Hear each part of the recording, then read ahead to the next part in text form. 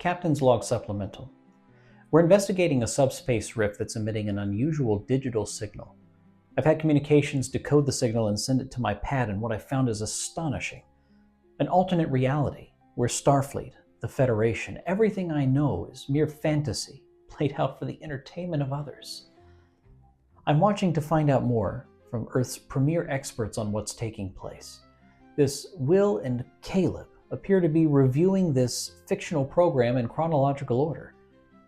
Caleb is much like myself, unfamiliar with the nature of this science fiction fantasy showcase.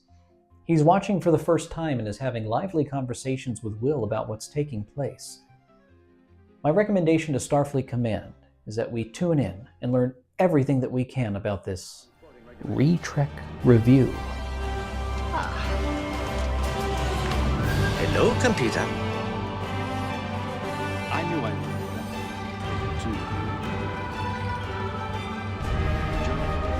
You betrayed your uniform!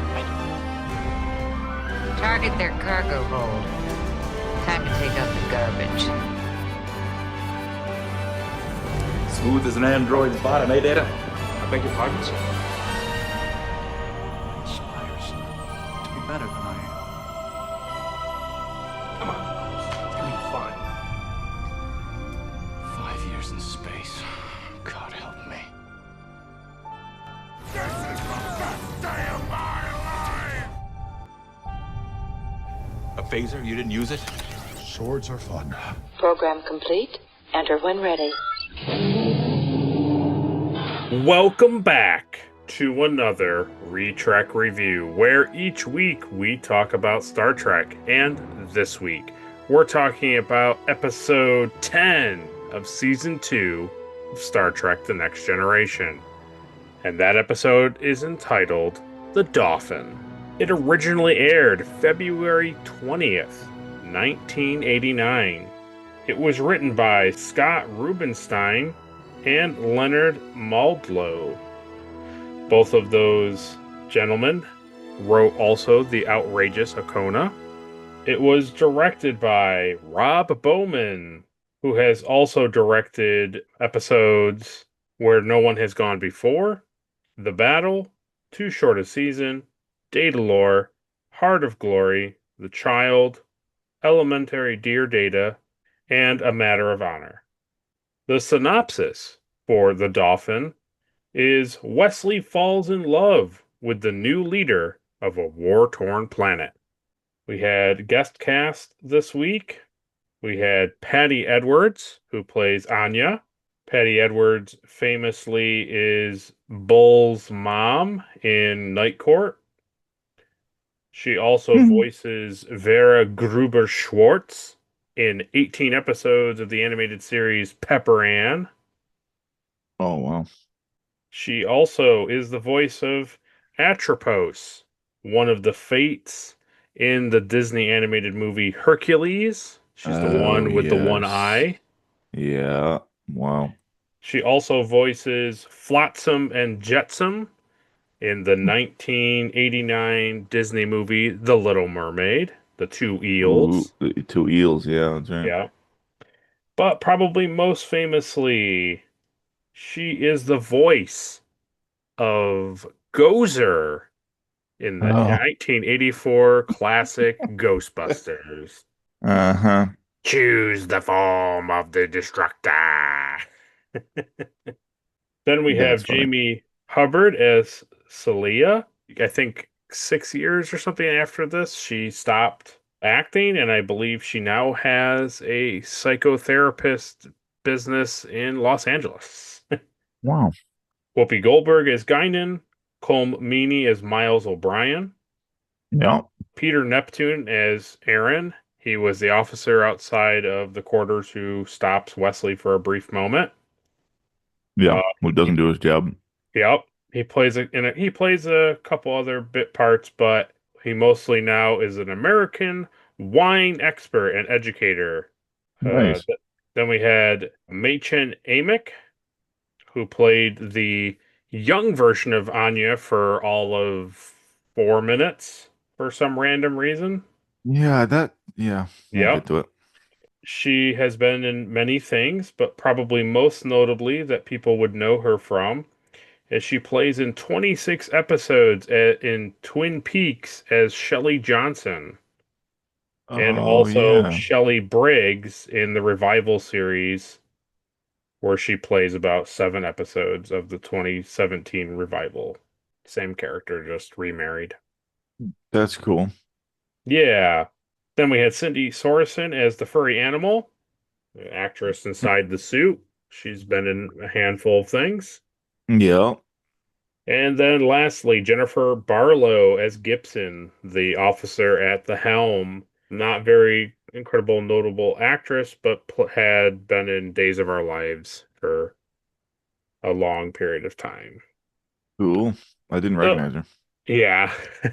So that's our guest cast for this week. But before we move ahead to supporters and shout outs, let's go over to Caleb and ask Caleb what he thought of the episode. I don't know. At first, I was pretty bored, and I was like, I don't really care about Wesley being in love in this episode at all. Mm. And then I took a drink or something, and then looked back at the screen, and there was this horrible little creature, and I was like, what the frick did I miss? It's not a bad episode. Honestly, it's not like a terrible. It could have been a lot worse. Oh You yeah. know. Yeah, it could have been a million times worse. But if it didn't have the like monster of the week, I Yes, wouldn't be so high. It wouldn't be so high on the list. I hear you. But I also really hate the ending. Oh, okay. Yeah, the ending is I hate the immediate switch over to like, oh yeah, I just was making sure you were good. Like, okay. Man, I think I'll give it a one Akuda this week. wow, okay. Yeah. That is very high in It's comparison to what because I were gonna give it. It's not a Roddenberry, and it's not below Roddenberry. So All right. Hey, no, hey, I'll gladly take it. it would be a Roddenberry if it didn't have the creature of the week in it.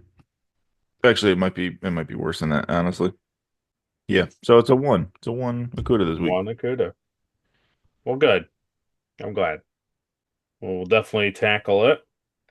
But before we get into our review of the episode, let's first, right off the bat, ooh, and then a little over here, yow, for Ed, Mark Starr, and Captain Alimar for supporting the channel by being Patreon supporters. Well, we thank Ed, Mark Starr for always checking our Warp Core engine and making sure it's up to spec. And then we appreciate Captain Alimar for being open minded about what type of guests we bring along on our journey and keeping everyone safe if they turn into a giant fly beast monster. Yeah. And keeping kids away from each other. Yes, of course. Wesley, get away from that. So, because Captain Alimar and Ed Markstar are Patreon supporters, they get their comments read during the podcast. Ed gave us a few comments to read from, but I'm going to pick this one from YouTube. He says, it's worth repeating. The status of non-biology individuals was established in law centuries before the formation of the United Federation of Planets. This is on our Measure of a Man review. Federation members voted on and accepted established laws defining the role of individuals in society.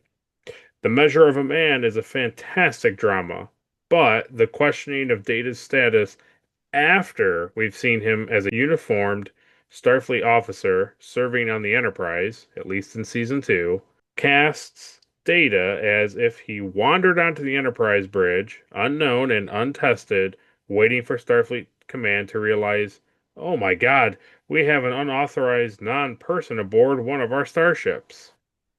Putting Data on trial is very dramatic, but the context must be appropriate based on what the show has already revealed.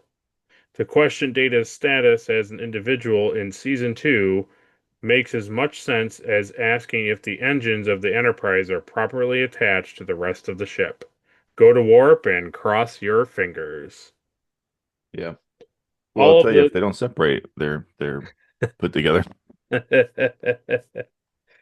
all of this does not take away from my love for this episode. Brett Spiner as Data shines in this episode, and The Measure of a Man has established itself as one of the best episodes of TNG.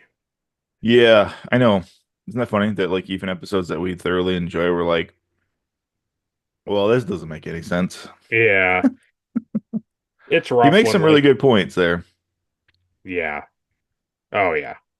It's fascinating, and I think Captain Alimar is going to get into it here when we read it, but it's fascinating to think that there are so many roadblocks in that episode that make you go like, ugh, that's dumb. But Yeah. then there's just so many like catapulting great parts in it that you're like, yeah, but it's fine. I don't care. Like Yeah, it's you kind of let it go. Yeah. yeah. And so Captain Alimar will tackle the same kind of thoughts here in the Measure of a Man. He goes on to say, Your Honor, the courtroom is a crucible. In it, we burn away irrelevancies until we are left with a pure product, the truth, for all time. Your Honor, Starfleet was founded to seek out new life. Well, there it sits. This Yeah, is it's a it, good line. guys. We hit peak Trek. There may be better episodes, but this is the one that pops into my mind whenever I think about good Star Trek. Three Akutas easy. It's the episode all others are judged. Is it perfect Mhm. in every way? No. Do I care? Not really. Yes. He says, I now think on to those things. First, I dislike Picard and Judge Lady's relationship. It's forgettable, and the episode forgets about it too. It's ham yeah. fisted. Judge Lady can summarily make a judgment about Data unless Riker prosecutes the case against him. Why can't Yeah. Maddox do it? Why Very can't much so. Data make his own defense? No, no. No, because then there wouldn't be any Also, drama in this episode, obviously. yeah, right. Yeah, it gets rid of all the drama. Also, what's the rush, guys? This seems like a pretty important question. It seems like season one baggage is dragging Data's character down a bit. He's been around for like a decade. Why has none of this come up before? Because we're watching it now. That's why. He says, whatever. It's coming up now, and it made a good episode, so they are absolved of this sin. He says, y'all bring up that Starfleet would never condone this behavior and that people don't love this episode because Starfleet acts against its own principles. But I agree with Will's take that Maddox is misleading them a bit with how close he is to his breakthrough, and having a Data aboard every starship would be enticing to Starfleet. Yeah. Oh, I'm sure. Yeah, that's the only way I would believe it, because otherwise you would just be like, it's either your theory, your funny theory, where it's like there's only like two guys left on Starfleet Command because the bugs killed everybody else, Yeah. and they're just like, whatever, man, you just do whatever you want because they got way too many pots on the burner. Mhm. Or, basically Bruce Maddox like heavily misleads them. Otherwise, like Starfleet Command is a bunch of morons. They certainly make it out that way sometimes. Yeah. Gene trivia this week is insane. The man sounds worse and worse every time we get new trivia. Yeah. Adri is right to be wary. Yes. Yeah. Then he says, now the good. The rest of the episode. All right. A bit more specific. Data's playing poker with the gang is a lot of fun and shows that even Data isn't perfect. Even though he should be since he's a robot, like Caleb Mhm. mentioned. Yeah. Data makes a great point to Picard about how they could all be cybernetically enhanced, yet Starfleet does not mandate cybernetics.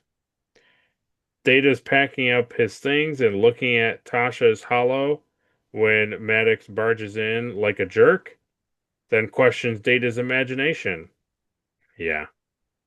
pretty rough. That was a pretty rough scene. I remember when it happened, I was like, "Oh, that's not good." It was so funny when Data gave up carefully unwrapping his present and ripped up the wrapping paper. It's nice they can fit some levity into the episode. Riker does a good job making you think all hope is lost, killing Data and making Picard so flustered he had to talk to Whoopi. Yeah. Picard's demeanor when he gets back is amazing. First, he one by one refutes each of Riker's points, dismantling the very arguments which only minutes ago seemed so compelling, yet fail to hit what is really at stake. Picard going through Data's personal effects was really moving to me. I never thought seeing Tasha would do that, but here we are. Yeah. Yeah, you touched on that pretty good, that like you really enjoyed seeing Natasha. Yeah, callback that affected the character. Weird. That's weird. Judge Judy looked really interested when Data mentioned he was fully functional. Yeah, she did. Picard's speech was Judge about Judy. what is sentient. What is sentience is amazing. Data is a man of infinite integrity. He doesn't take Maddox's mad hubris against him and is willing to work with him in the future, even though Maddox is a moron and he absolves Riker of his guilt in what I can only describe as the best darn ending we ever had. That's true. Yeah, so far, yeah. Yeah. And I think that's what makes Data become such a fan favorite character, is the fact that the writers were smart enough to continually write him to be innocent and truly robotic, because here he is, his arm's been pulled out of his socket, he's been turned off, he's been embarrassed in front of people that he had relations with an officer on the ship. He's questioned whether or not he's even like a thing. Isn't he just a toaster that walks around? Like all of this stuff is just slammed on him. And then when he wins the case, he just gets up and he's just like, "Hey, so your research sounds really good, and once you get there, like, you just call me and I'll help you." Like no person would ever do that. And No. then also the Riker scene, which he talks about, we all talked about, to have the viewpoint of like, well, yeah, but you did it to help me, and because you did that, that injured you, and I will not forget that. Like, yeah, I mean, people can have that point of view, but like, man, he is so effortlessly okay with it that it really makes all of that quite amazing. Yeah. I know. It makes him endearing. Yeah. Then he concludes, "No time to yuck it up this week. 10 out of 10. Loved it. Keep up the good work, guys, and thanks so much for special guest Adri." You're welcome. Yeah. She chose that episode to be on, so She we hates made it work. every minute of it. And then he tells us who gets the popcorn award, but you're going to have to tune in to Hailing Frequencies Open to see who he suggested. Well, we thank Ed and the captain so much for their comments, for their support of the channel. But without any further ado, let's get into the review.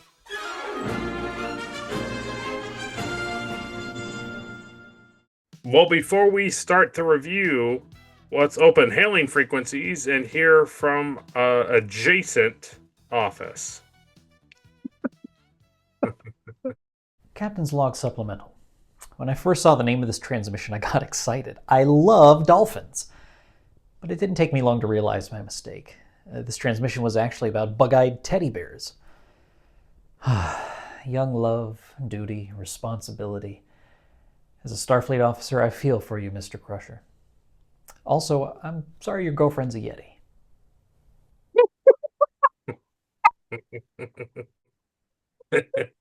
Yes.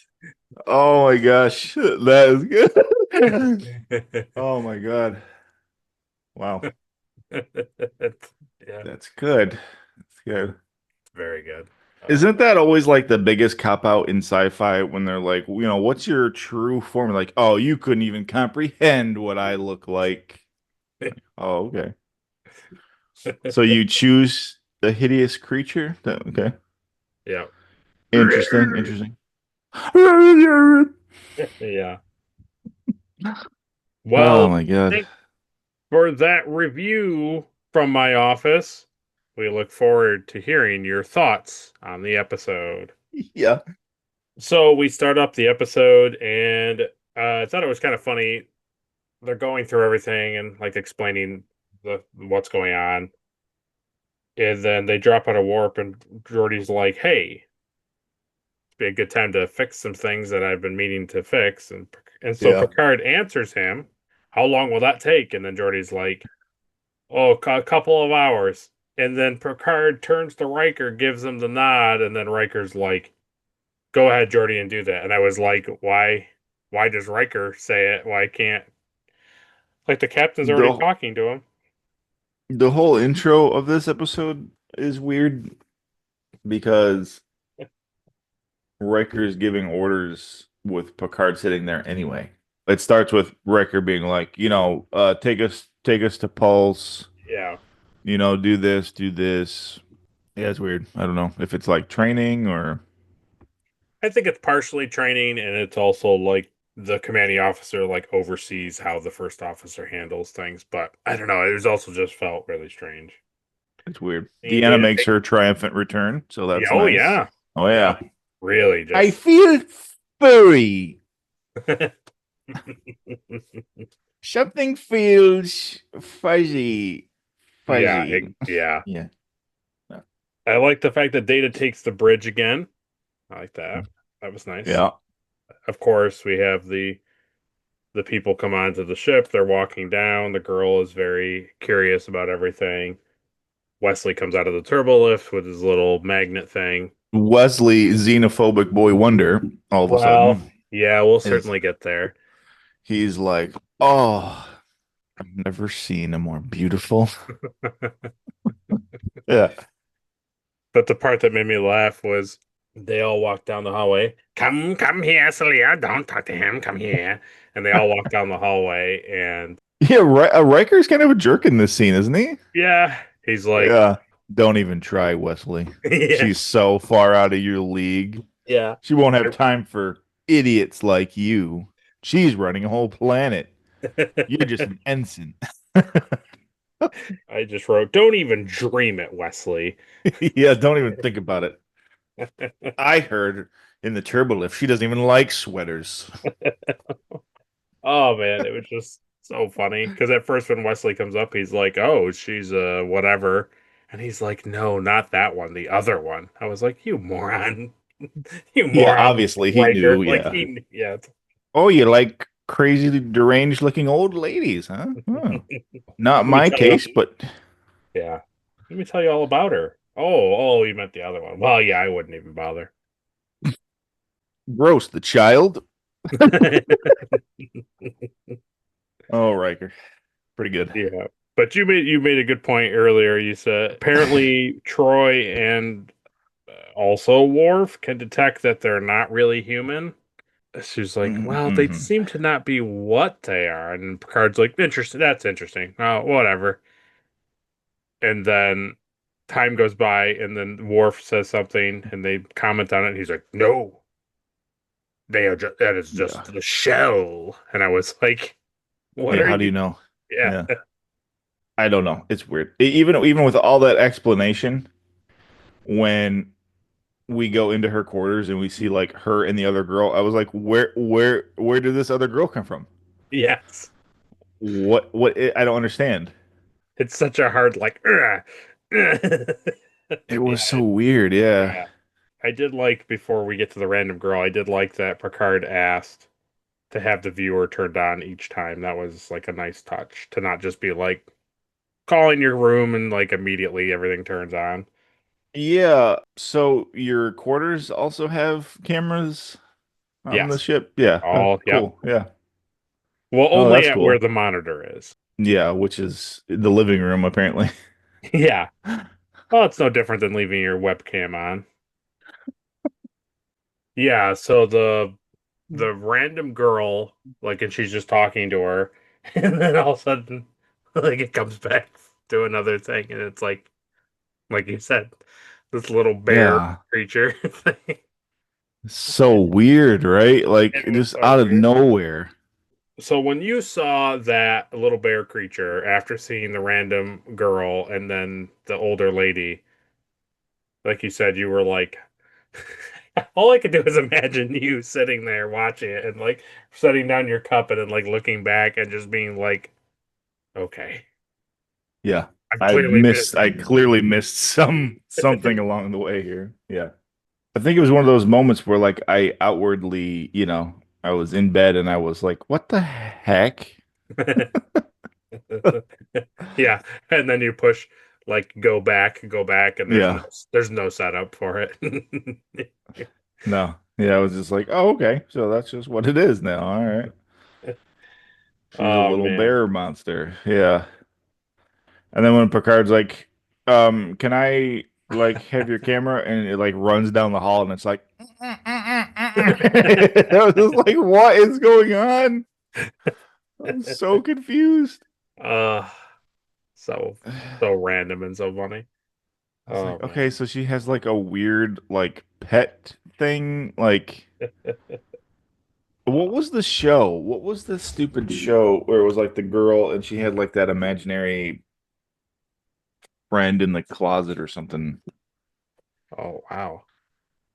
Oh, I don't know. Oh, because that's what it reminded me of. Wow. No, I Because don't that's know. kind of what I thought it was. I thought it was like her friend or pet or something. Yeah, yeah. I don't know. I don't know what the intention was to have, because later they show it. They show Anya. They show the little creature, bear creature thing, like transform into Anya. Like Yes. they show that, and Yeah. you're like, and I get it's the late '80s, so we don't have all of the money in the world to show this lady changing from changing to changing, but like you can show her literally like going like now Celia and then going around the corner and then coming out as the young girl and being like, I'm gonna have to be this young girl so I can go and blah whatever. It's like, why are you changing into her? It just was so Yeah. I Yeah, don't it know. was weird. I get that it's supposed What? to be like, what's happening in this room? Who are these people? But that makes no sense even in the context of the show, why Anya would change into the other girl, and also why she would change into the little creature. It's like, what purpose did that serve for her and Celia? Like, nothing. Like, doesn't, I don't know. Yeah. But Wesley has heart in his eyes. He's like, oh, yeah, I'm taking care of this. And Jordy's like, are you? Because you've been up there for quite a while. He's like, oh, yeah, doing it. Yeah, don't worry about it. And then he uses some other, he changes the setting and it's like, warp core, imminent explosion. And he's just like, oh. Oh, sorry, I had this on melt. Yeah. Don't understand, Data. She's perfect. She's perfect and beautiful. Okay, so the thing that I was thinking of was Punky Brewster. Punky Brewster. Wow. Yeah, the animated show, she had like this little rat creature named Glomer. It was Wow. a magical sprite. Yeah, that's Wow. somehow that's what my brain was thinking of. This Cool. was a 1985 to 1986 show. Well, hey, it's pretty close. So, obviously what they were doing. For all the Punky Brewster fans out there. So he's like 16, 17 years old in this show. They haven't really fully established his age yet, I don't think, but according to Yeah. online mapping of time, he's supposed to be 16, 17 years old. And she, I think, is supposed to be 16 years old or somewhere around there because of the studying for 16 years thing. So it's kind of weird that he's like almost 18 and he's now like having like puberty Yeah. or something. Like it was weird. Yeah. It's weird. But man, you know what was a really great cut? was Worf screaming. That was a great cut. I really That enjoyed is a good cut, yeah. that. I think Jordy was pretty like dismissive too, Oh yeah. like just not in the mood for young love. He just was like, well, you're no use to me. Remember how I decided that we had to do this now? Well, you're not even helping me do it. So, Hey, maybe this is proof that this is how Geordi deals with people who are in love with other people. He gets real annoyed with them and dismisses them. And so that's why Robot Grandpa Data, he was like, but I oh, love her so much. He was like, get out of the like, engine. get out of get you disgust me. The thing that made me laugh was on the bridge when Worf's describing how Klingons Yeah. flirt with each other. It's like, she does the screaming and she throws heavy furniture. And he's like, what do you do? And he's like, you read love poetry. Yeah, And which I don't buy. he gets all caught up and then he's like, he ducks a lot. And they scratch and Oh, yeah. scream. Like, Lodge. It's so dreamy. So I you just, want me to believe that Klingons yep, read poetry and duck yep, from hurling boulders and stuff? That's what you want me. yes. Okay. Don't you remember when the lady was crawling down the Enterprise bridge and he goes, this is sex? Yeah. I mean, yes, I do. They did not back down from that's how Klingon men and women behave with each other. Well, yeah. I mean, they didn't necessarily act like that with Riker, right? They might have, though. They were getting ready to throw furniture at him. Yeah. She almost threw stuff at him. Yeah, and then we talked about it, Anya morphing. So, yeah, I don't know. Strange, very strange. It's weird. But we go into an even weirder sequence, and tell me if you think I'm wrong. While the Guinan and Riker scene was funny, It's weird. Yeah. it is wildly weird. Like I felt uncomfortable for Wesley sitting there. Yeah. It's like they want you to actually kind of think that there is a little bit of something there between them, Yeah. but I don't. Right. I mean, it's a funny scene, but it's kind of like, I don't know. It's like it's initially funny because you think they're just like pulling each other's chain. Yeah, and then it just goes on way too long. And then Wesley brings up, like, hey, wasn't this all for me? And she's like, shut up, kid. Tell me more about my eyes. And I was Yeah, I like, oh, okay. it's funny, but like also Guinan up until this point has been like an amazing counselor, like and a great advice person and like philosopher. And Riker has been generally kind of nice to Wesley. He's kind of like his Yeah. mentor. And here we are, here we are, the two people who have been like really helpful to Wesley in multiple episodes. Because remember, we had Wesley looking out the thing and her going like Ovaltine, perhaps. Yeah, yeah. And yet they're just like, yeah, screw you, kid. Like, you're a moron. Oh well, life sucks. And I was It's just just like, it's weird. Yeah, it's like I don't know if they like got caught up in the moment and like just were having fun with each other, like seeing maybe, like which one could break first. I don't know. yeah, I maybe, like the scene, but I do think it goes on too long and it is kind of like weird for Wesley and the audience. yeah. We flash forward a little bit. The thing that made me laugh and what I enjoyed was Anya goes on the tour of the Enterprise to apparently inspect it, and Worf Yeah. walks her to the engineering room, and she's like, what are you doing? And he's like, oh, nothing, just routine. And she's like, but that's the dilithium diphase, whatever. And he's like, yeah. And she's like, and she's like, I'll come and inspect, and comes up it. And when she goes up the lift, I liked that Geordi looks at Worf, and then Worf looks at Geordi, and they're kind of just like, okay. Yeah. Can somebody do something about this idiot? Yeah. Now, what's funny is going back to Grandpa Data, Mm-hmm. he went up there and knocked Jordy out. Yeah. And now here comes this weird old deranged looking old lady up the lift and then just like Man, I can't catch a break up here. Yeah.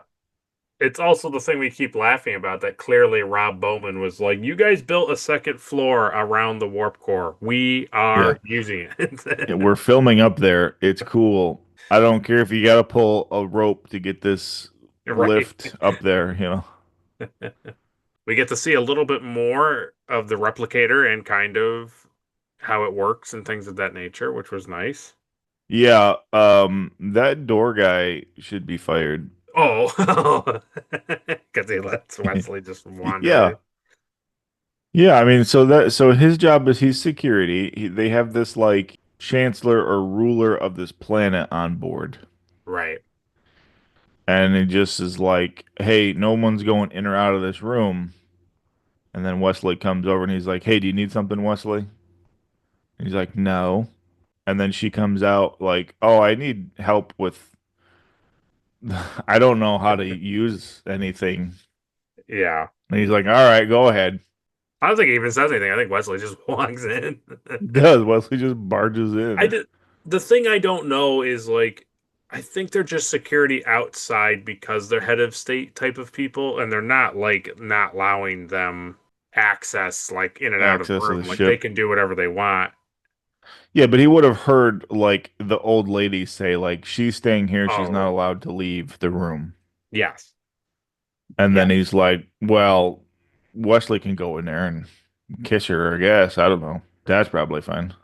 Because, not to go there, but just think about like if something did happen, right? Yeah. And now it's like, oh, well, we let Wesley go in there. Like, what? You did what? So this funny part happens. She goes then to Med Bay, and she goes in, and she's like, "Huh, what is wrong with him?"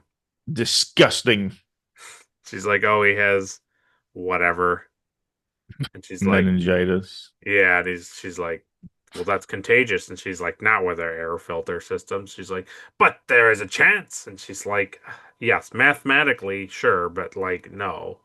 It's not zero. And she's like, "Kill the patient." Kill it. Kill it. So you must have really enjoyed the Chewbacca fly monster that screams like a Tusken Raider. You must I have liked really, it. It was yeah. good. It was good. Finally, some kind of, alien being that's not just has ears that are slightly bigger. Oh man. It took me back to the salt monster from Yes. season 1. Yes. Very much so. And I was like, this is what Trek is supposed to be. Some horrible creature on board the ship. Well, this is the halfway point, so go down to the comment section and type Stay Puffed Marshmallow Man.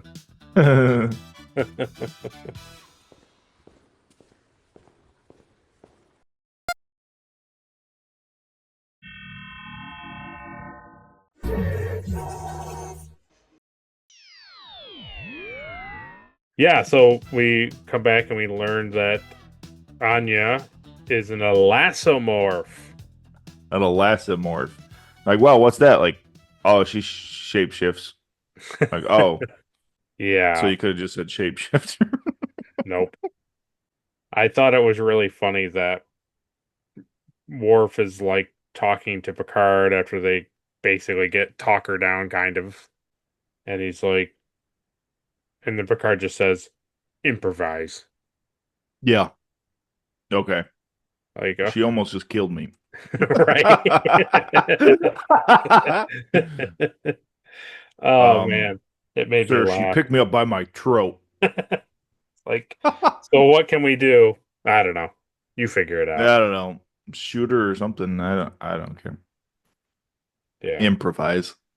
The other scene too that I hate, like right before this, is they do this Oh. constantly where they'll be like, two characters are talking like in secret about stuff, and then, so they're talking, or the two girls are talking, and then the door opens and it's Worf, and he's like, all right, I'm here to take you on the tour of the ship.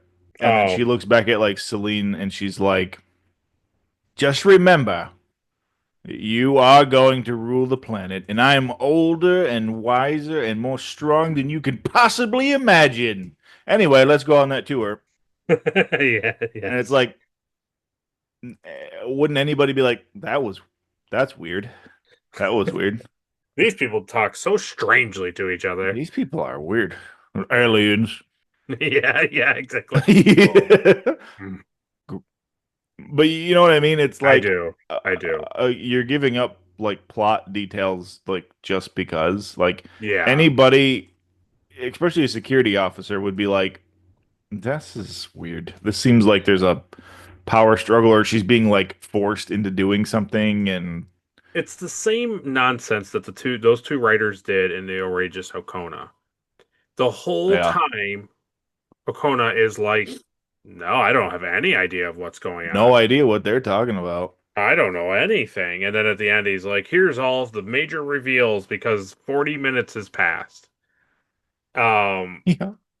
Yeah. it's the exact same thing. It's like they don't explain why Anya, like they don't explain the girl randomly appearing and the little creature. They don't explain why that's happening. They don't give you any context for what that is. Then No, you she don't even know. changes from the little creature back to Anya, and you're like, okay, so that's what that lady can do. But then, just in case you're coming back from commercial and you hadn't watched the first 20 minutes, she'll now explain, well, I'm more powerful than you can possibly imagine, and I'm older than you can even think of. It's like, oh, well, what kind of. It's like they don't take any time to set anything up, but then they want the smallest bit of setup so that when she's in the med bay and she turns into the wild beast thing, Yeah. it's like, oh, that's what she meant. She meant this. Oh wow, I'm so impressed. And it's like, no, no, Yeah. it makes no What sense. if that was the first time that we saw that? Right? You know, wouldn't that be like, holy frick, like Yes. something is crazy with these people, you know? Also, like Like I think, I don't need to see the little bear and the other right, girl. It's like just show them talking like how we saw them on, you know, come on the ship. right, And then have this scene where she's like, well, that could endanger Celine. And then she turns into this creature, and you're like, oh, man, that's not good. right, It would throw the audience off. It'd be crazy. It'd be so much better than just like her changing 4 times. right. I don't know. Yeah, I don't either. Doesn't make any That's just sense. me, though. I'm not like a big fancy writer or nothing. You're getting there though, right? No, I don't know nothing. You write all your Fallout Yeah. stuff. I would have made her change into like a squirrel or something. You know, what's really funny. Maybe this will make you laugh.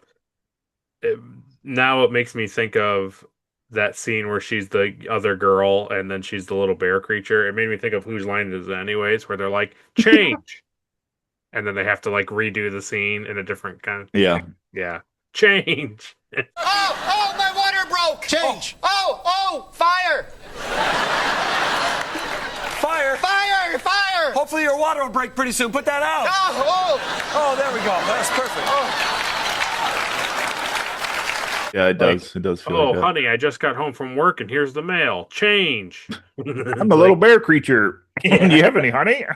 Yeah, exactly. Now I'm an Ewok. So Well, you did won't you believe it. The Empire's back. change? Now I'm old. I have deranged eyes. Change. Oh God, that's funny. Uh, um, did you at least enjoy the holodeck sets? I thought they were kind of neat. Yeah, they were cool. It was like the one thing I kind of enjoyed that Wesley did, which was she was like, I've never seen anything, blah blah blah. I've only been on this world forever, and he's like, well, I can Yeah. take you to the holodeck and like show you I'll everything. never see it. I like how he's so ignorant that like, well, I don't understand why you can't just leave your planet and go do things. What do you mean you can't see this stuff? You'll Yeah, see it one day. You can leave. Like Wesley, yeah, how are you so ignorant? I don't understand. yeah. I guess I could talk about it here. This is the thing that annoyed me in this stretch was Wesley asks her well, so like, what are you gonna do when you get to the planet? And she's like, I don't know. Yeah. And Yeah, I she doesn't was know either, I guess. Yeah. right, and I was like, so she doesn't even know what she's going to do, despite studying as much as she could for 16 years, and Nope. she's expected to bring peace to a warring planet. But you No know idea. what? Spending time with Wesley is so much of a better thing to do. Like, yeah, good Yeah, thinking, boy genius. Like, I nice. don't want to do any of this stuff. And it's like, I don't want to stop a war. yeah, yeah. I get her angle. She's been trapped on that planet for 16 years, clearly Yeah. harassed by this other lady for all of that time. And she's expected to do something that she doesn't even really, nobody even asked, like, if she wants to even do this. She's just expected to do it. And I get her position. I get it. I get why she would be the way she is. That's a classic writing trope where it's like, but I don't want to be the savior of all of them, right? I get it. Yeah. But the thing that makes no sense is that Wesley doesn't view her as like a head of state and that her purpose is greater than just like hanging out with him. Like they're literally on He's their way to a planet that is being ravaged because of war. Hundreds, thousands, or millions of people are dying constantly.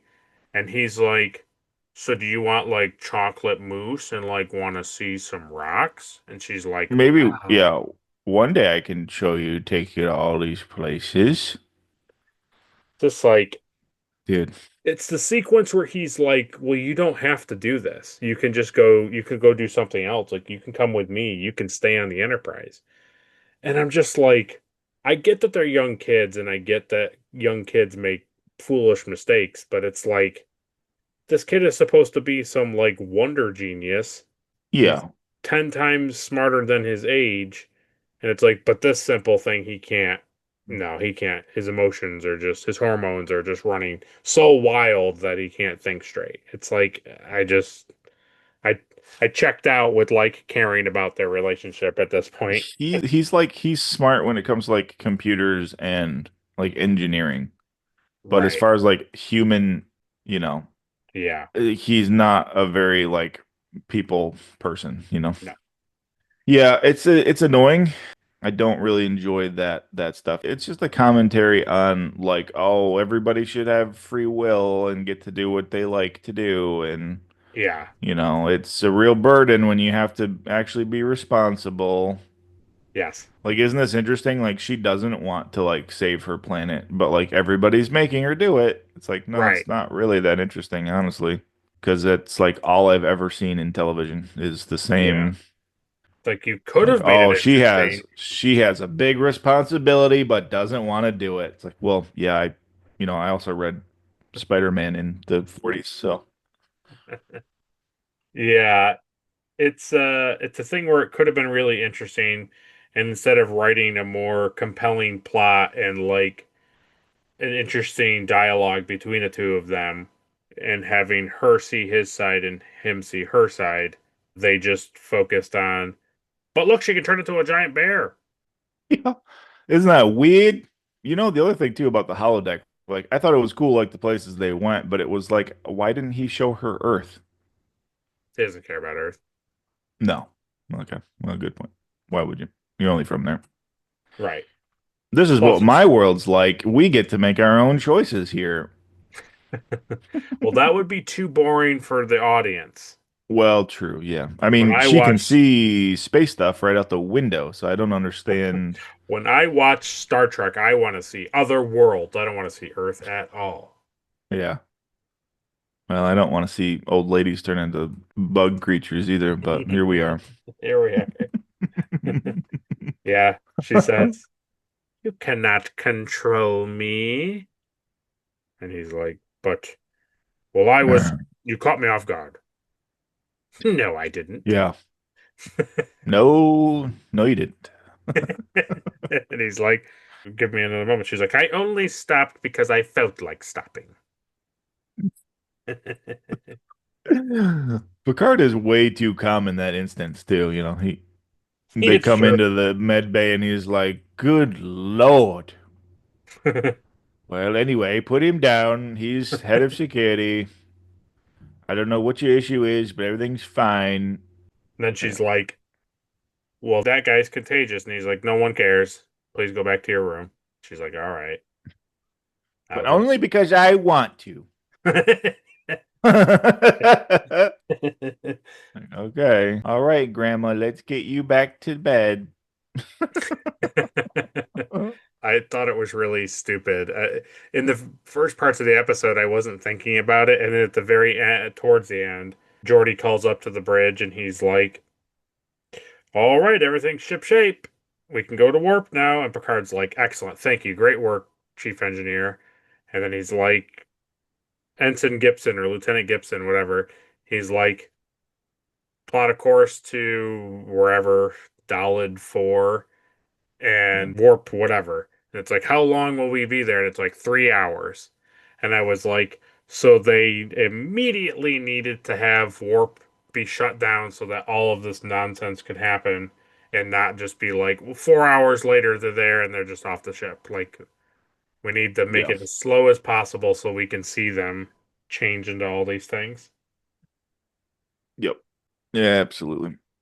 And then we get the probably the best part of the episode. Scene of the episode. Yep, was Monster Showdown.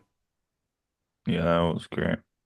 So, I know you've seen this episode before, but when she comes into Wesley's room, Oh, yes. did you assume that it was really just the old lady trying Yes. to get like information from Yes. Wesley? Yeah. Yes. Because she's totally different, right? It's not just Yes. me. Like she's No, totally she's different. totally different. Oh, I snuck away. She's a crazy old lady. You know her. Did I say anything like crazy about her? right. I was like, Right. wow. And boy genius over here. And I was like, Yeah. I was like, I was thinking to myself, I remember them fighting, but like, Yeah. I'm like, the But girl why? I was like, the girl must come in or something. I'm like, because this is totally the Anya person, like trying to get something out of Wesley, like, whatever. And then all of a sudden it's like, no, this is the girl the whole time. And the old lady comes in, and I was just like, wait, what? It really confused me. Yeah, it's weird, right? It's like, what? Yeah, I don't know. Yeah, because he's like, And then she's all like mad, and it's like, dude, she came into my room, dude. Like, right. I'm in my quarters, yo. Like, Yeah. I told you to stay away from her. I Well, did. anyway, I did it all, and you learned a lesson, and that's fine. And now we can leave, and everybody's happy. Yeah, she comes in and Cool. he's like, "Oh, you shouldn't be here." And she's like, "Oh, do you want me to leave?" And he's like, "No." He's like, "Oh, okay." And then like, I snuck away from that Oh, old hag. She's stupid and and you've terrible. done this. You've done this to yourself. Yeah. You've Uh, you've done that yourself. yeah, it was. I Oh, 100% agree God. with you. Even though I had seen the episode, I still was like, "Oh, well, clearly, this is Anya trying to get something from Wesley." Yeah, it's very on the nose, like what they're doing, and then it turns out that that's not even what they're doing. And It's like, oh, okay. to the point before we cut the trivia, when they kiss each other, I was like, ooh, because I thought it was Anya kissing Wesley, Yeah. and then it ends up being Celia. But there's something real messy in trivia. Oh, not again.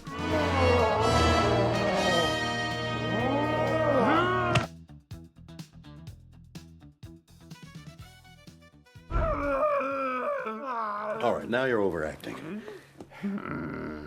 So, the term dolphin is French for the word dolphin. Cool. And that And has traditionally- absolutely nothing to do with this. and was traditionally used as the title of the crown prince of the Ancien regime. Our Okay. friend on Discord, Daystrom Review, provided the coat of arms of the Dauphin of France. Oh. There Oh. you go. Sweet. That's French, you said? Yep, French. Oui, oui. So you got some dolphins up here in the top part of the Wow. crown, making that. You got some dolphins here. Those don't look like dolphins. They're crazy dolphins. It's like if France never saw a dolphin. That's cool. Yeah, apparently it has to deal with like before the French Revolution when there was like a feudal system. Like this is supposed to be like the heir apparent, so it's supposed to be like a thing about rulership, and that's why it's called a dolphin. And yeah, Okay. Yeah, I the whole episode I was like, I don't understand the title of this. yeah, that's apparently what it's supposed to be about. Then I'll go to this one. You want to see this one? Here we go. Oh my gosh. What's that book that we used to read as kid? Animorphs? Animorphs, yeah. So, visual effects supervisor Dan Curry recalled the morphing sequences of the characters. For this technique, his department used a painted morph scene, a hand animated sequence from pick to pick. Curry had Wow. used this technique earlier in his career in the horror film Friday the 13th, Part 6 Jason Lives in 1986. Really? Yeah. I So, think what scene they would have done that for. who knows? I've never seen the movie. Some awful gory scene, probably. He probably changes into something else in that movie. I thought you were gonna say something like some werewolf movie.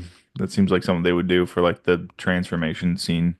So what I read was basically they take each of these things and then like they filmed her standing there, the actress Patty Edwards, and then Cindy in the animal suit, in the little creature suit, and then filmed nothing. Like they took the shot of where they're supposed to be standing, and then the person like painted the sequence, and then they put that painting animation.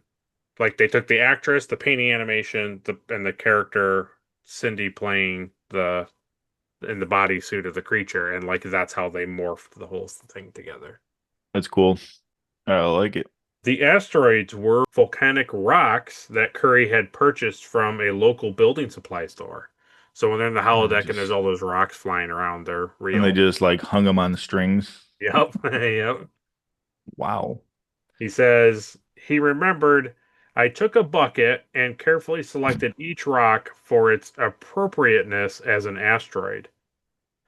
One of the guys working in the supply yard got very curious, watching me pick up these things one at a time. Yeah. Finally, he I've been came there. over and said, "Hey man, I've never seen anyone so particular about rocks as you."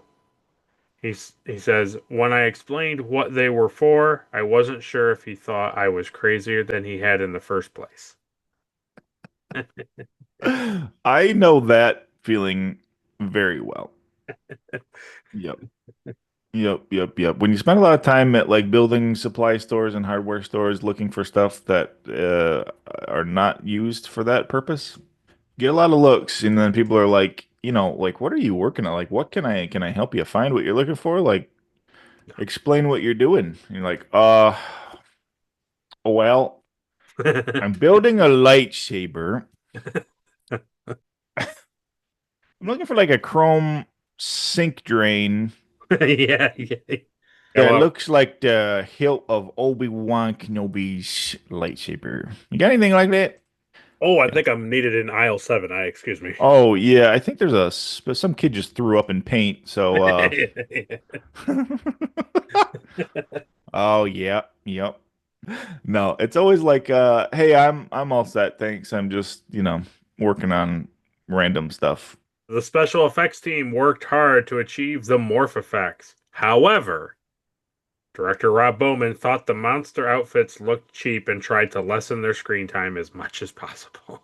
No, well, that's a bummer.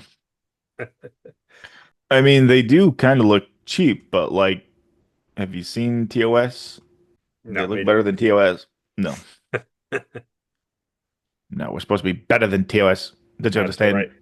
The electronic chess game seen in Wesley Crusher's quarters was a modern props rental that had been made for RoboCop as the Nukem board game from the in-movie commercial. Wow.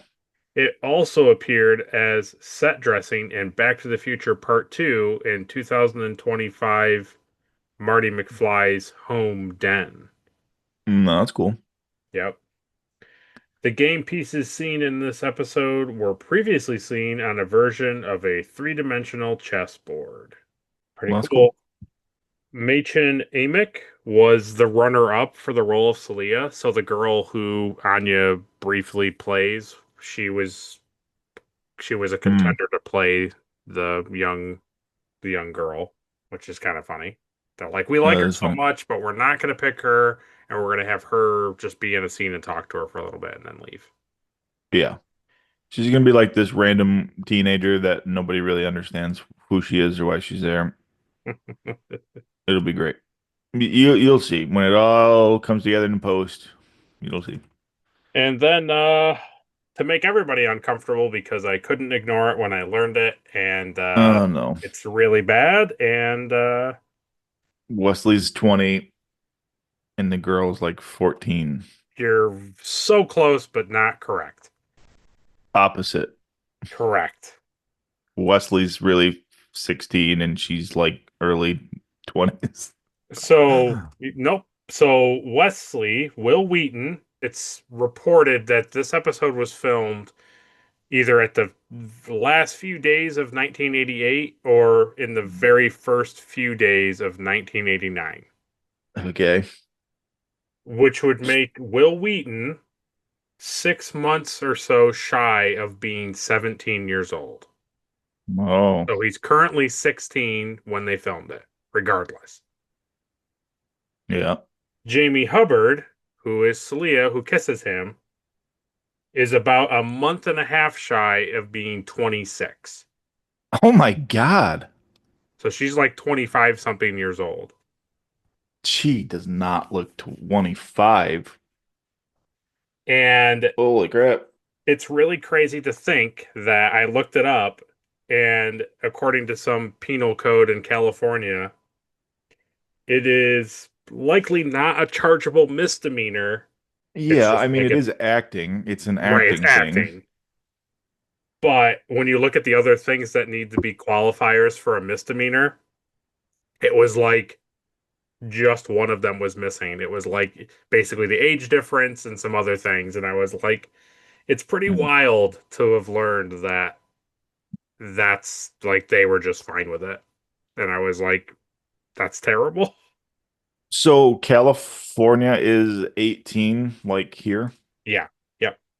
It was pretty awful to learn that Typical Hollywood, am I yeah, right? exactly. Yeah. Exactly.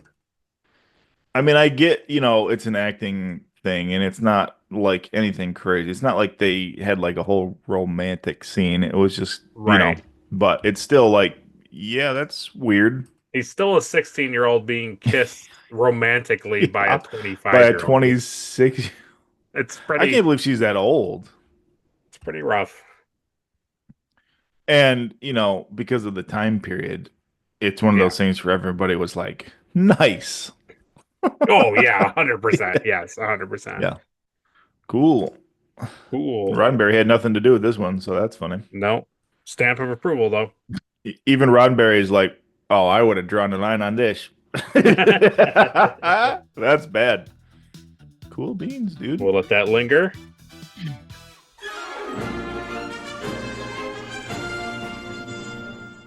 And we come back. I thought the force field door was cool. I know it's just a light on the door, but I thought it was cool.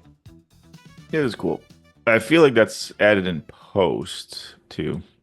Yeah, the red light obviously turning on and off is what was there, but the like fuzzy static thing obviously was added in animation. Wom, wom, wom, wom, wom, wom. I like the lights in the door. I think they're cool. It's very reminiscent of TOS when they had the lights on the door and it would be like the force field was up. Yeah. Yep. So as much as Wesley not understanding Celia and all this stuff This, Uh-huh. when we come back from commercial break after the two Real beats, bad. Everything from here on is is absolute garbage. just trash It's TV, you it's know? trash, trash, trash. So everything is fine, right? Because like he comes and she's like, everything's fine now, Celia, and we love each other so much. So weird. It's such a weird turn, is it not? It is. And then she's like, well, you're coming with me. And she's like, no, I'm not coming with you. I'm going Nope. to the You're moon. on your own. I've taught you everything I could possibly teach you. And I was like, so here you are. You have incredibly expertly skilled officers on the ship who are currently fixing problems and are not alerting other members of the ship because they feel that the issue is so inconsequential that they can handle it solely. But yet you lose your mind. You're like, what do you mean you have a problem with this dilithium deuterium thing? And then she Yeah. walks into the med bay and it's like, what do you mean he has encephalitis? That's a contagious. And she's like, it's fine. And you're like, no, I'll come back and inspect you and you better kill that person. But now Celia is going down to a warring planet that she hasn't been to in 16 years, knows nothing about war, like the actual context and like the nuances of what war is actually like. She's gonna Yeah, go she's down good. there. No big deal. It's a location absolutely dangerous by the mere definition, and she's not gonna accompany her. Well, you gotta let you gotta know when to let the bird leave the nest, you know. No, You're right. and to further your point, like yeah, that's insane. But also like so you knew the entire time you were on board the Enterprise that this was your plan, Right. and you still acted like a deranged lunatic on Right. board the ship. You know, Right. like I don't know. And then we get that moment with Worf, and it's like it's kind of funny, but also it's like really kind of stupid too, you know? Yes, yes. I wrote down Worf likes things that can kill him and potentially others. Yeah, well, he's a Klingon, don't you know? It's like, Get it? yeah. It's like, oh, I have mutual respect for you because you are a warrior. Like you and I could have fought side by side. And It's she like, was like, okay. no. So It, everything's fine now. Everything's all happy, happy, happy. it is one of the probably the one of the most egregious ways to wrap up a Star Trek episode with a little bow on it that I've seen. It's probably the worst ending that we've had, yeah. Because Yeah. not only is that so stupid that she just abandons her for no reason. I mean, really, to say, well, no, you've learned everything. Like, what? Um, was immediately Wesley becomes a racist Yeah. as whatever, like as Xenophobic, yeah. xenophobic. Yeah, it's like the whole sequence of her being like, well, it's like, I'm sorry, Wesley, blah blah blah. And he's like, "Oh, was it fun for you? Was it fun being a humanoid? Did you enjoy that? That's why Disgusting you asked animal." what we were, you pig. You disgust me. And then she's like, "Well, don't be like this." And he's like, "I loved you." She's like, "Well, I love you too." And he's like, "Can you? Did you? Can Can you? you? Can Can you? you?" As a monster, are you even capable of those feelings? You make me sick. That's why I was Oh, standing here leaning against the wall, like all pouty and sad, just waiting oh, for you to come into my room so I could just lecture you constantly. And she's like, "Don't Yeah, it's end bad. like this, Wesley. Don't be like this." And he's just like, "You're disgusting." I hope you get killed in the war. Yeah. That's like, dude. All right. Then they cut, and it's like, "Hey, cool. O'Brien's in this episode." He says one Yeah. line, "You got it, Commander." And then it's like Transporter ready. she comes in, and guess who has a change of heart and just I just love everything about you. It's Wesley. I want you to take this thing because it'll remind you of me. God. Yeah, I- I don't know, dude. It's really bad. It's really bad. And like I understand that they're supposed to be children, But Yeah, I know. again, But they're not. But they're supposed to be like brilliant. She's leading. Exactly. She's leading like a planet. He's supposed to be some mythical, born every once in a millennia, Right. brilliant scientist. Right. And then they act like idiots the whole episode. It's like, well, because as writers, we have to make them act like, Right. teenagers. This is how teenagers are. Not in this show. They're not. To me, you could have written a much better episode where they slowly have like a romance, and then she reveals to him that like it's likely that the only way for them to stop warring is for her to die. Like for Oh them, my God, yeah. right? Like some writing technique where that makes sense. And then Wesley spending the whole episode like, no, you're like, I love you so much. Like, you're such a cool, like, trying to, he doesn't want to see her die. And so he becomes more invested in her character and more like enthralled with her and all of this stuff. That would have made Yeah. way more sense. Way more sense than just like, she's pretty. And then she's like, he's kind of cute. And then he's Yeah, like, you turn into a pretty beast lame. thing. I hate you. Also, I love you. Disgusting. I wish while they were kissing, she turned into the monster. That would have made this episode a 10 out of 10. Yeah. Well, if she had turned into the glowing energy blob that apparently we couldn't imagine. So stupid. So stupid. Now, wouldn't you have rathered? Like, You it can't may not- imagine. I know it wouldn't have been probably that impressive, but wouldn't you have rathered when they show Wesley, which Will Wheaton acts that scene really well when the light blasts into his face. Yeah. I would have rathered they just left it at that. Yeah. Just the light, and he's like, oh. And that's it. And it's left it's just him our and O'Brien. imagination of what she looks like. And that's it. Yeah. You So don't he's see- he's attracted to her as a humanoid. He's not attracted to her as a Yeti. And then as a glowing ball of like incandescent light gelatin, he's like, oh, she's hot again. Yeah. You're a was weird like- dude, Wesley. You're a weird dude. She was like a incandescent squand. Yeah. Ooh, shapes. You know me. You know I love shapes. I love those shapes, baby. I love them shapes, baby. Gosh. Oh my God. So it was so stupid. It's really stupid and all. But then Yeah, Wesley I know. wraps it up again. He goes right back to being a racist again. He goes, but I'll only remember you as human because that's the superior appearance. Exactly, yeah. And then he's talking to Oh, Gyna.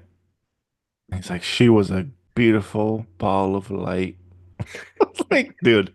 All right, shut up. All right, I'm done with your emotions this Whoa. episode.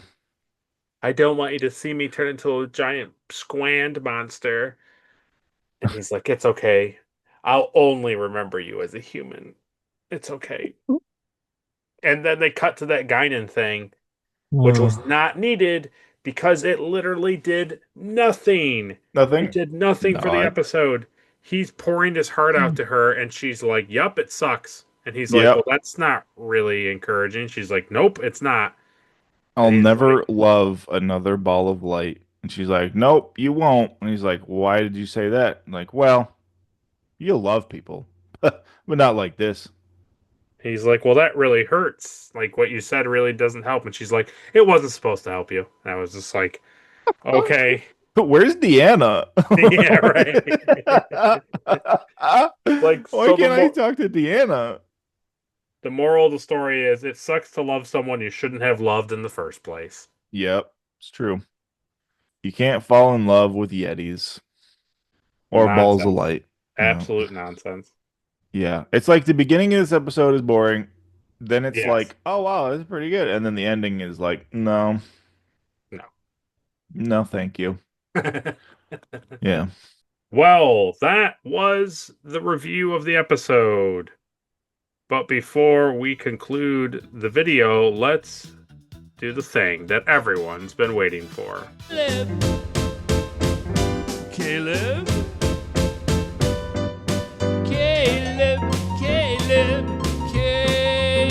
So, Caleb, who gets the Erica Ortegas Award for being the most unlikable?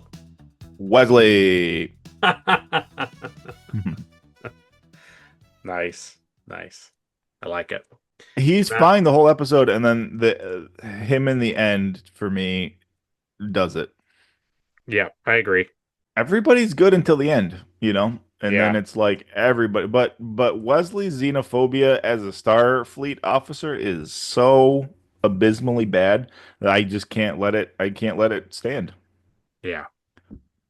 I mean, last week he was racist. He thought a blue friend was the blue friend, and now this week he's disgusted by aliens. And it's like, wow, you need to not be in Starfleet, my dude. I hate him. Next is the Elizabeth Cutler Award for the most forgettable character of the episode. Most forgettable character is Deanna, as per usual. Yep. The only time she's more forgettable is when she's in an episode. Painful, right? The past 4 episodes she was not in, she was not forgettable. This episode she appears and she is forgettable. Explain to me, Will, how does that work?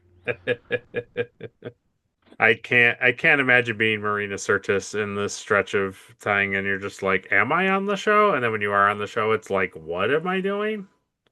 Can I read people's minds or feel emotions? No. It's just crazy to me that Yar ended up leaving the show because she wasn't given anything to do, and now it's like now Deanna is on the show and she has nothing to do. Yep.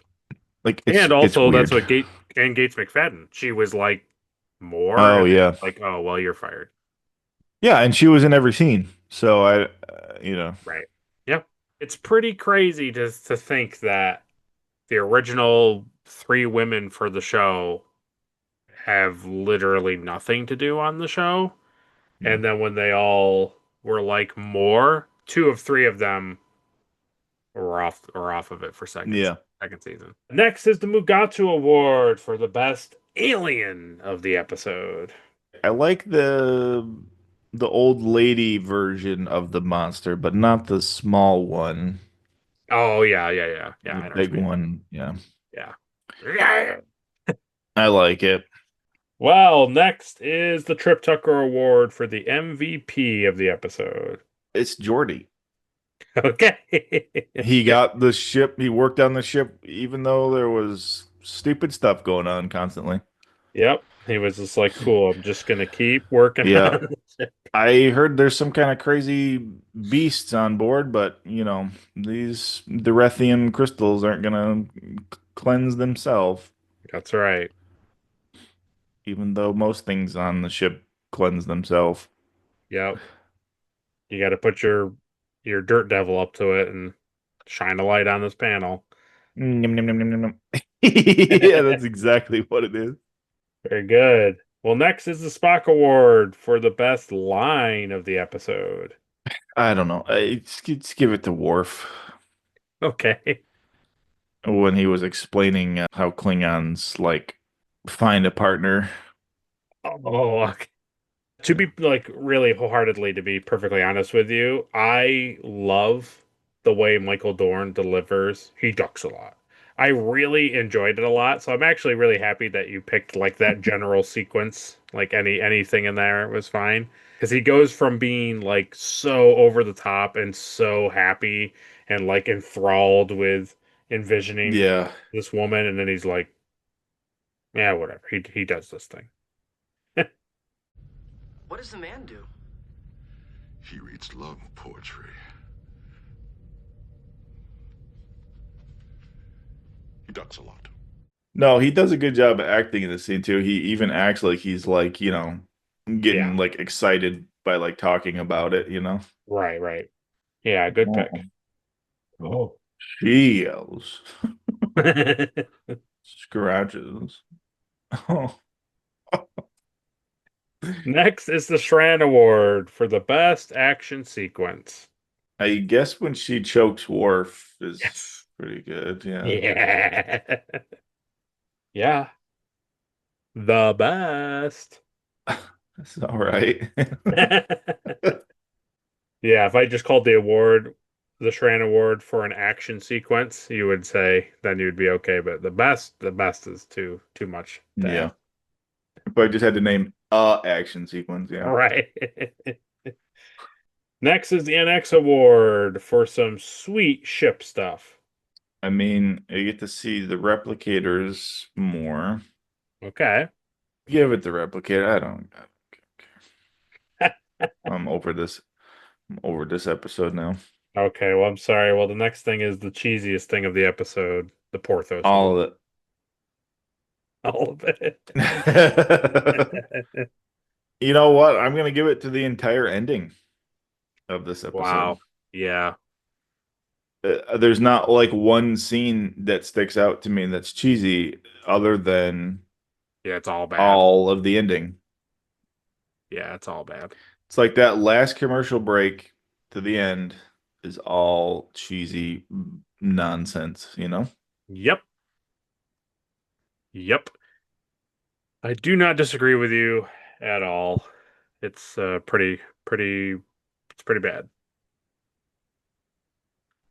Pretty trash. Well, let's not give up hope because next is the Star Trek Enterprise Award for the best scene of the episode. The best scene of the episode, I as much as the scene was weird, I gotta give it to Riker and Guinan Wow, in the really? bar. Okay. Yeah. Yeah, okay, that's fine. No, that's good. It's the only scene that kind of captivated me, and I enjoyed kind of like their banter. Yeah. I honestly think, I choose to believe that they were just trying to see how long they could go before like one of them would break and be Yeah. like, "Oh, wow, you're good.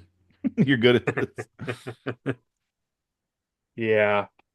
I'll tell you what you need to do, Wesley. You need to walk right up to her room, open her door, and say, "You're the most beautiful entity I've ever seen in the galaxy.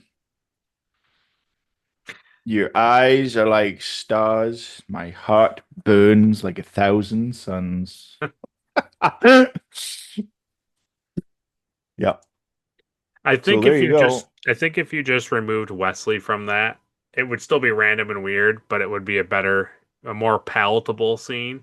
But because he's literally sitting there and expressing how you are feeling as the audience, it feels Yeah. awkward and weird and unnecessary. That's kind of why I enjoy it though, because they just Yeah, ignore yeah, him. yeah. I enjoy that they ignore Wesley in that scene, Yep, I do. I understand. because I ignore Wesley. As much as I can. Yeah. So that was the award ceremony for what Caleb thought. But now it's your turn to have your own award ceremony for you to write in the comments who gets the popcorn award for being the best actor of this episode. We look forward to seeing who you put down in the comments. Yeah, I give me some answers because I got nothing. I mean, they picked the right old lady because the way her face is in that little like hood thing and her eyeballs are popping out, she looks Yeah. like deranged, and it's great. Oh yeah. So that was well casted. It might be Patty Edwards all the way. We'll see. But while you're down there in the comments, take a moment and tell us what you thought of the episode. Did you like it? Did you love it? Did you want more of it? Or was this episode definitely not what you thought it was going to be? Wow, that's good. Yeah. Or was Let this us- episode's writing as slippery as a dolphin? Let us know down below. Next time on Star Trek The Next Generation. Next week's episode is episode 11 of season 2 of Star Trek The Next Generation, and that episode is entitled Contagion. Oh boy. That sounds like it could be good. It just might be. Yeah. Didn't we already see the doctor do some contagion? Hmm. We'll have to see if it deals with the Doctor or something else. How could it not? We'll see. It definitely doesn't.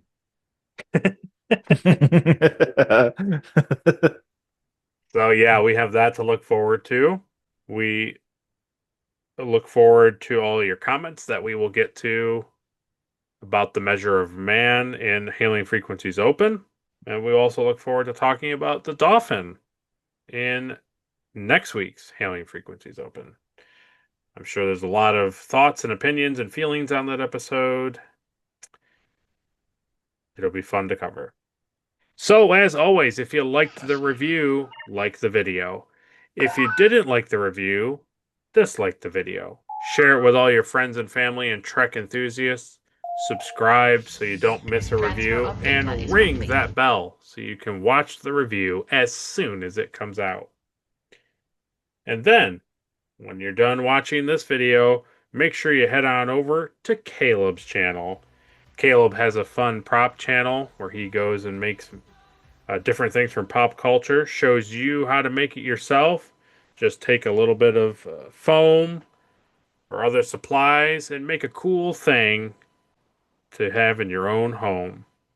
We also, tomorrow, will be what, Caleb, from our Dragon Ball Z podcast? It's going to be the first part of the Frieza saga. Nice. It's pretty good. Yeah. Should definitely check it out. Yeah. It's like, you know, when you think of Dragon Ball Z, it's what you think of. And Will is seeing it for the first time. That's right. I make him watch good TV. He makes me watch bad TV. It's, you know, it's a real fun switcheroo. It's a good exchange. I actually have a video this week.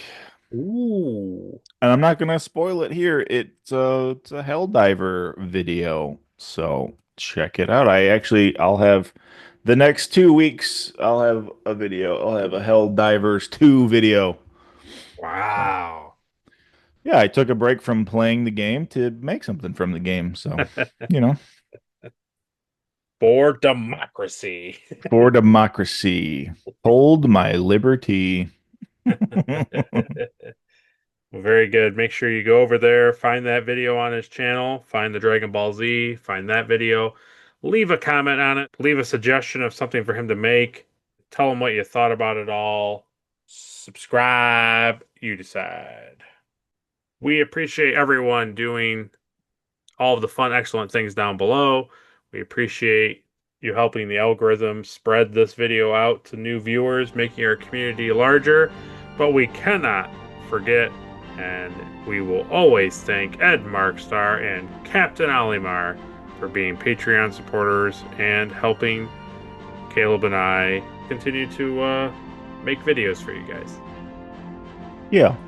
So thanks everybody for watching. We appreciate all of your support. And Caleb, send us out. All right, computer. Show me a planet where the clouds sing like birds of earth.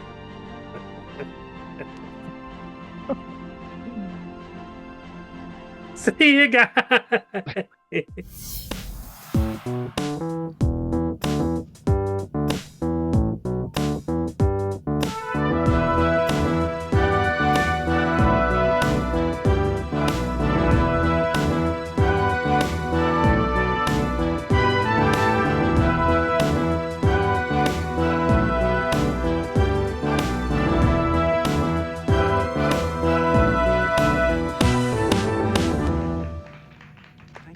Put me on a meteor so I can kiss a Yeti.